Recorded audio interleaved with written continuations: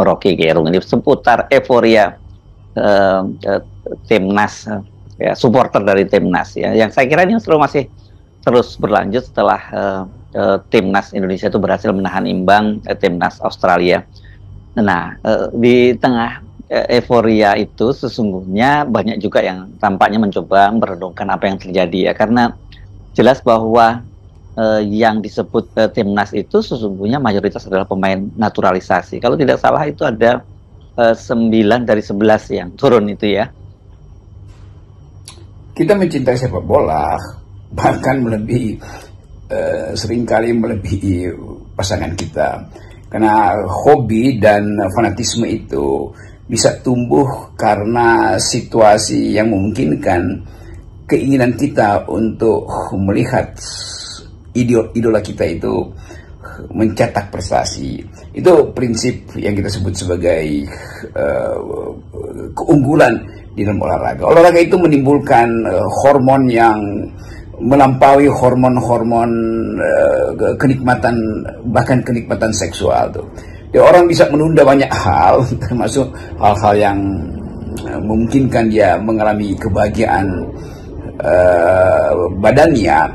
Kalau hobi dia itu tiba-tiba harus dibatalkan, dan dia bisa mengalami situasi psikologi yang tidak stabil.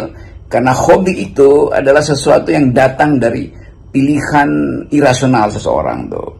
Sementara romance misalnya, ya bisa karena kebutuhan pragmatis. Tapi hobi datang dari semacam hormon dalam diri manusia untuk mencari sensasi di dalam alam semesta.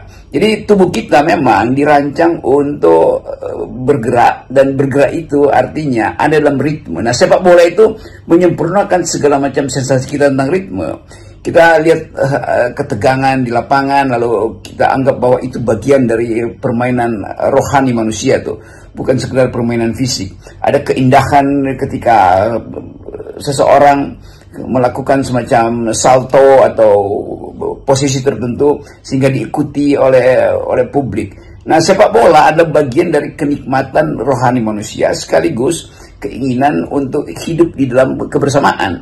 Karena itu tidak mungkin kita menonton bola itu sendirian, selalu ada sensasi yang kadang-kala sensasi itu berubah menjadi kerusuhan justru. Jadi itu filosofi di balik kegemaran kita menonton sepak bola. Nah, hari-hari ini kita mungkin melihat ada euforia di dalam persepak bolaan kita. Tapi euforia itu membatalkan atau membuat kita lupa bahwa yang bermain di lapangan itu sebetulnya adalah bukan grup yang kita idealkan sebetulnya. Karena apa yang sekarang disebut sebagai naturalisasi itu semacam penipuan terhadap sensasi itu.